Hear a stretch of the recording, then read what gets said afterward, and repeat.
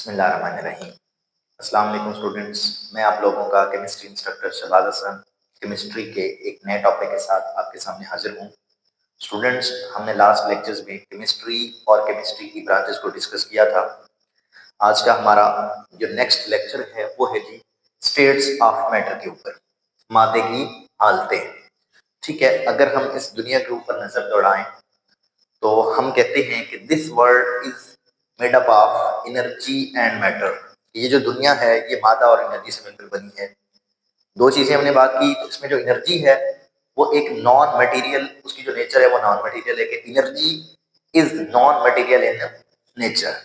ठीक है, तो इस एनर्जी के अलावा कायनात के अंदर जितनी भी चीजें हैं जो वेट रखती हैं और कुछ वॉल्यूम घेरती हैं या वॉल्यूम ऑक्युपाई करती हैं, उन तमाम चीजों को हम मैटर कहते हैं। ठीक है, this world is made up of energy and matter. As energy is non material in nature, matter क्या है? Anything other than the energy which carries weight and occupies volume is called matter. कि हर वो चीज जो वजन रखती है और कुछ ना कुछ वॉल्यूम उसने घेरा हुआ होता है, उस हर चीज को अदर देन द एनर्जी हम मैटर कहते हैं। ठीक है, हमें पता है कि मैटर जो है वो छोटे छोटे पार्टिकल से मिलकर बना है। ठीक है, तो मैटर की इसके पार्टिकल्स की बुनियाद पर हमने इसको स्टेट्स में डिवाइड किया हुआ है। ठीक है, तो आप क्या कहेंगे कि on the base of the arrangement of the particles there are primarily three states of matter. कि हम प्राइमरी तौर पर कहते हैं कि मादे की तीन हालतें हैं, और वो किस बुनियाद पर हैं? On the base of arrangement of particles. ठीक है, वो तीनों जो मतलब इसकी प्राइमरी स्टेट्स हैं वो एक दूसरे से डिफरेंस उनमें है। किस किस बुनियाद पर है? Strength of the intermolecular force. एक तीनों जो आपके पास इसकी मादे की हालतें हैं वो एक दूसरे से मुख्तलिफ हैं। किसकी बुनियाद पर? एक तो उनके दरमियान strength of inter molecular force, इसकी बुनियाद पर इंटरमॉलिक्यूलर फोर्स की बुनियाद पर। दूसरे नंबर पे आपके पास distance between the particles, distance between the particles. और तीसरी चीज जो हमारे पास है वो क्या है जी? Arrangement of the particles, arrangement of the particles. ठीक है स्टूडेंट्स, आप इसको किस तरह से समझेंगे कि on the base of the arrangement of the particles there are primarily three states of matter. वो जो थ्री स्टेट्स ऑफ मैटर है वो हमारे पास गैसेस, लिक्विड एंड सॉलिड्स है। फिर आगे आप क्या कहेंगे कि विच आर डिफरेंट। वो जो तीनों हैं वो एक दूसरे से डिफरेंस है, उनमें डिफरेंस है due to the difference of strength of the intermolecular force, distance between the particles and arrangement of the particles। इन तीनों की बुनियाद पर वो एक दूसरे से मुख्तलिफ हैं। हम उनको वन बाय वन करके समझेंगे। ठीक है, तो हमारे पास ये वो तीन स्टेट्स हैं जिसको हम प्राइमरी स्टेट्स कहते हैं। आपके सिलेबस में एक चौथी स्टेट भी शामिल की गई है जो कि प्लाज्मा है, जिसको हम आयनिक स्टेट ऑफ मैटर कहते हैं। Fourth state of matter that is plasma and it is known as the ionic state of matter. उसको भी हम डिस्कस करेंगे आने वाले नेक्स्ट लेक्चर में। और कुछ हमारे पास इंटरमीडिएट स्टेट होती हैं, उसको भी हम उसी के साथ डिस्कस करेंगे। तो हमारे पास जो आज की three primary states of matter है वो हमारे पास गैसेज हैं, लिक्विड्स हैं और सॉलिड्स हैं। तो हम इनमें देखेंगे कि इनमें जो एक दूसरे ये गैसेज लिक्विड से किस तरह से मुख्तलिफ है, लिक्विड सॉलिड से किस तरह से मुख्तलिफ है, ये सारी मतलब एक दूसरे से मुख्तलिफ है। वो किस बुनियाद पर है? वो इन तीन पॉइंट्स की बुनियाद पर है कि उनमें स्ट्रेंथ ऑफ इंटरमॉलिक्यूलर फोर्स मुख्तलिफ है कि इसकी और है, इसकी और है, इसकी और है। डिस्टेंस बिटवीन द पार्टिकल्स, इनके जो पार्टिकल्स हैं उनके दरमियान डिस्टेंस और होगा, इनके दरमियान और होगा, इनके दरमियान और होगा। अरेंजमेंट ऑफ द एलिमेंट्स या पार्टिकल्स। ठीक है, तो उसको हम देखेंगे कि इनमें जो अरेंजमेंट है पार्टिकल्स की और होगी, इनमें जो पार्टिकल्स की अरेंजमेंट है वो और होगी, और इनमें जो पार्टिकल्स की अरेंजमेंट है वो और होगी। ठीक है, तो वन बाय वन हम इसको डिस्कस करेंगे। हमारे पास जो कैरेक्टरिस्टिक्स हैं जो हमने देखना है कि इनकी शेप कैसी है, इनकी शेप कैसी है, इनकी शेप कैसी है। ठीक है, फिर हम वॉल्यूम को देखेंगे, फिर हम इंटरमॉलिक्यूलर फोर्स को देखेंगे, फिर हम इंटरमॉलिक्यूलर स्पेसिस को देखेंगे, फिर हम देखेंगे कि ये मूवमेंट कैसे करते हैं, ये कैसे करते हैं, ये कैसे करते हैं। ठीक है, इसके बाद डेंसिटी को देखेंगे, और फिर हम देखेंगे कि कंप्रेसिबिलिटी को मतलब इनमें कंप्रेसिबिलिटी का क्या डिफरेंस है। ठीक है, फिर हम डायग्राम की मदद से समझेंगे कि किस तरह से ये है। ठीक है, तो चलते हैं इसको समझने के लिए। सबसे पहले हमारे पास है शेप। तो जो गैसेज होते हैं ना, गैसेज के जितने भी पार्टिकल्स होते हैं, इनकी कोई फिक्स्ड शेप नहीं होती, do not have a fixed shape. Gases do not have fixed shape, इनकी कोई वाज़ेह शक्ल नहीं होती, ठीक है। तो लिक्विड्स की भी कोई वाज़ेह शक्ल नहीं होती, liquids do not have a fixed shape, इनके पास भी क्या है जी, नहीं होती है, do not have a fixed shape. लेकिन जो सॉलिड्स होते हैं उनकी शेप फिक्स्ड होती है, solids have a fixed shape, solids have a fixed shape, इनकी जो शक्ल है वो बिल्कुल वाज़ेह होती है, वो आपको नजर आ रही होती है, बिल्कुल अंडरस्टूड होती है, ठीक है। इसके बाद हमारे पास जो दूसरा पॉइंट है वो क्या है जी, वॉल्यूम।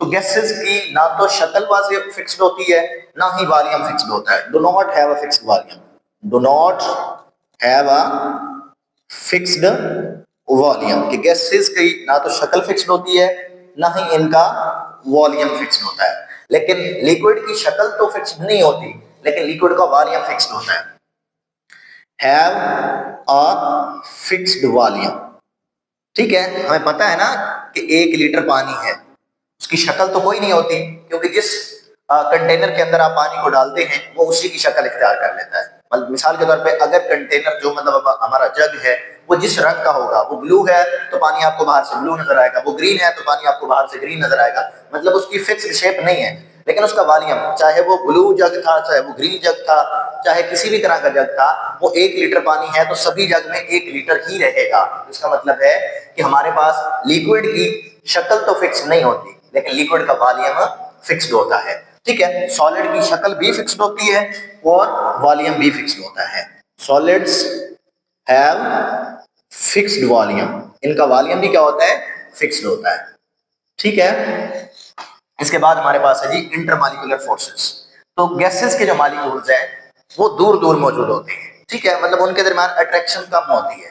तो इंटरमॉलिक्यूलर फोर्सेस गैसेस में वीक होती हैं, gases have the particles of gases, gases particles कह लें, इनके दरमियान particles have very weak intermolecular forces, intermolecular forces, gases के जो मॉलिक्यूल्स हैं उनके दरमियान जो इंटरमॉलिक्यूलर फोर्सेस होती हैं वो बहुत कमजोर होती हैं, ठीक है, बहुत वीक होती हैं।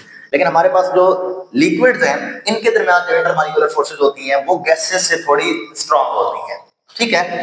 हम यहां पर ये लिख सकते हैं कि liquids have intermediates intermolecular forces, liquids have intermediates, इसका मतलब क्या है कि लिक्विड की इंटरमॉलिक्यूलर फोर्सेस गैसेस तो स्ट्रांग होती है, लेकिन सॉलिड से कम होती हैं।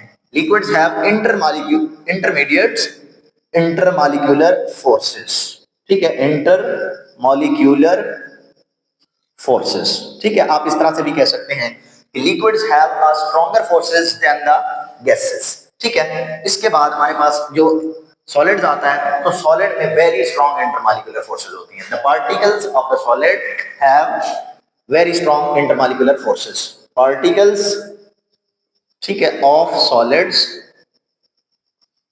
Have strong intermolecular forces, strong intermolecular forces.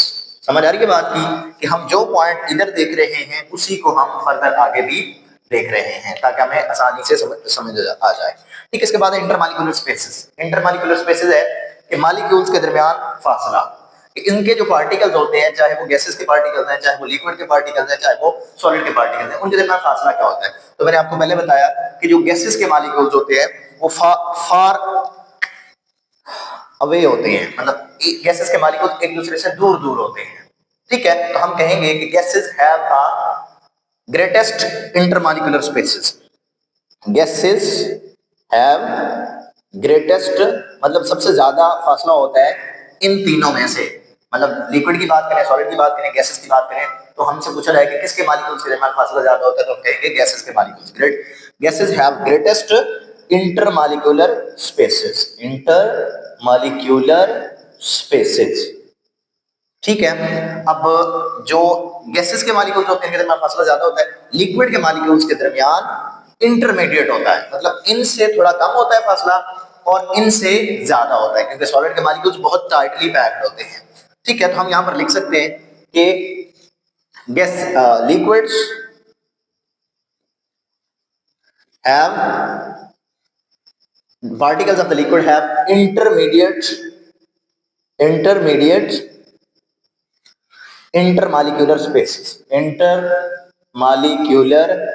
spaces के इसके जो पार्टिकल्स होते हैं लिक्विड के, उनके दरमियान जो इंटरमॉलिक्यूलर स्पेसेस होती हैं, मतलब उनके जो दरमियान फासला होता है वो इंटरमीडिएट होता है। इंटरमीडिएट का मतलब क्या है कि गैसेस से कम होता है और सॉलिड से ज्यादा होता है। ठीक है, इसी तरह से हम इधर कहेंगे तो हम सॉलिड की बात करेंगे तो इनमें क्या होता है जी, intermolecular distance, intermolecular spaces are negligible, बिल्कुल ना होने के बराबर होता है फासला, निग्लिजिबल। ठीक है, बिल्कुल ना होने के बराबर, क्योंकि गैसेस के मॉलिक्यूल्स, ये एक सॉलिड है तो इसके देखिए आप पार्टिकल्स बहुत टाइटली पैक्ड हैं। ठीक है, तो इनके पार्टिकल्स के दरमियान फासला नहीं होता है। लिक्विड्स के मॉलिक्यूल के दरमियान जो फासला होता है वो सॉलिड से ज्यादा होता है, गैसेस से कम होता है, और गैसेस के मॉलिक्यूल्स के दरमियान सबसे ज्यादा फासला होता है। ठीक है, इसके बाद हमने मूवमेंट की बात की, तो गैस के जो पार्टिकल्स हैं वो मूवमेंट करते हैं। Particles show random motion, particles show random motion, random motion मतलब फ्रीली मूव कर सकते हैं। ठीक है, इसके जो पार्टिकल्स हैं वो क्या करते हैं कि particles past or slide over each other, particles of the liquids past or slide over each other, slide over each other, एक दूसरे के ऊपर से पास कर जाते हैं या स्लाइड हो जाते हैं। लिक्विड क्योंकि मूवमेंट कर रहा होता है, फ्रीली मूवमेंट कर सकते हैं लिक्विड के पार्टिकल्स भी, लेकिन वो किस तरह से कर रहे होते हैं, वो एक दूसरे के ऊपर से स्लाइड कर रहे होते हैं। ठीक है, इनके पार्टिकल्स, गैसेस के पार्टिकल्स रैंडम मोशन शो करते हैं, लिक्विड के पार्टिकल्स एक दूसरे के ऊपर से स्लाइड कर जाते हैं, और जो आपके पास सॉलिड्स के पार्टिकल्स है वो मोशन नहीं करते हैं, मूव नहीं करते हैं, सिर्फ अपनी जगह पर ऑसिलेट करते हैं। पार्टिकल्स ऑसिलेट या वाइब्रेट कह सकते हैं, ऑसिलेट अबाउट द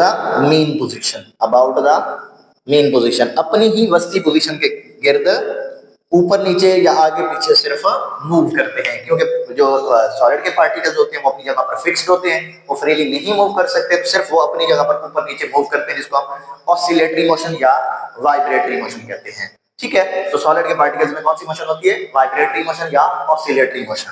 ठीक है, इधर रैंडम मोशन होती है। इसके बाद जो हमारे पास अगला है डिफरेंस के दरमियान, वो डेंसिटी का है। तो जो गैसेस होती हैं, gases have low density, gases have lower density, ठीक है, या लो डेंसिटी। ठीक है, तो गैसेस की जो डेंसिटी होती है वो कम होती है, लिक्विड की डेंसिटी गैसेस से ज्यादा होती है, सॉलिड से कम होती है। इस तरह से भी लिख सकते हैं, लिक्विड्स आर स्लाइटली डेंसर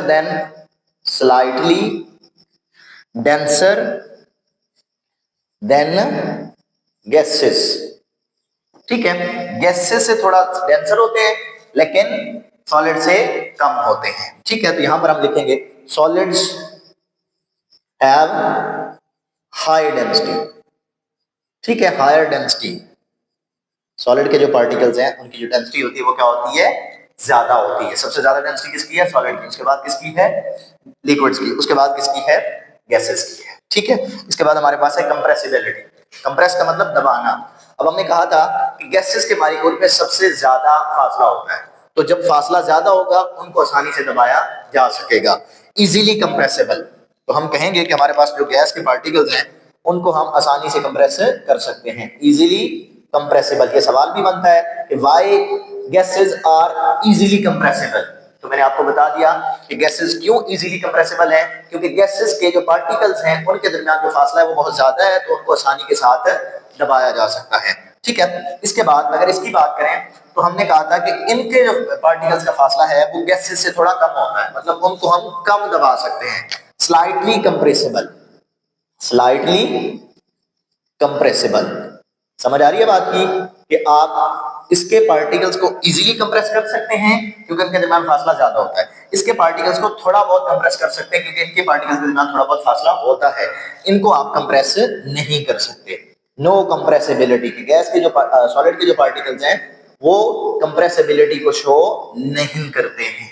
ठीक है, तो ये हमारे पास इनकी जो मेजर डिफरेंसेस हो सकते हैं वो हमने डिस्कस किए हैं।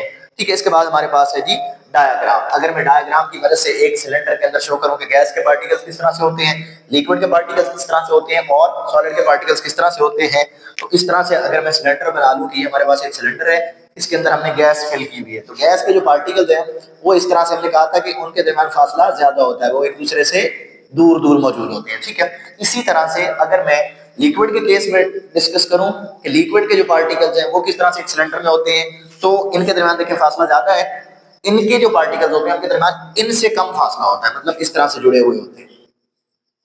ठीक है, इनके दरमियान जो पार्टिकल्स के दरमियान फासला है वो गैसेस से क्या होता है जी, कम होता है।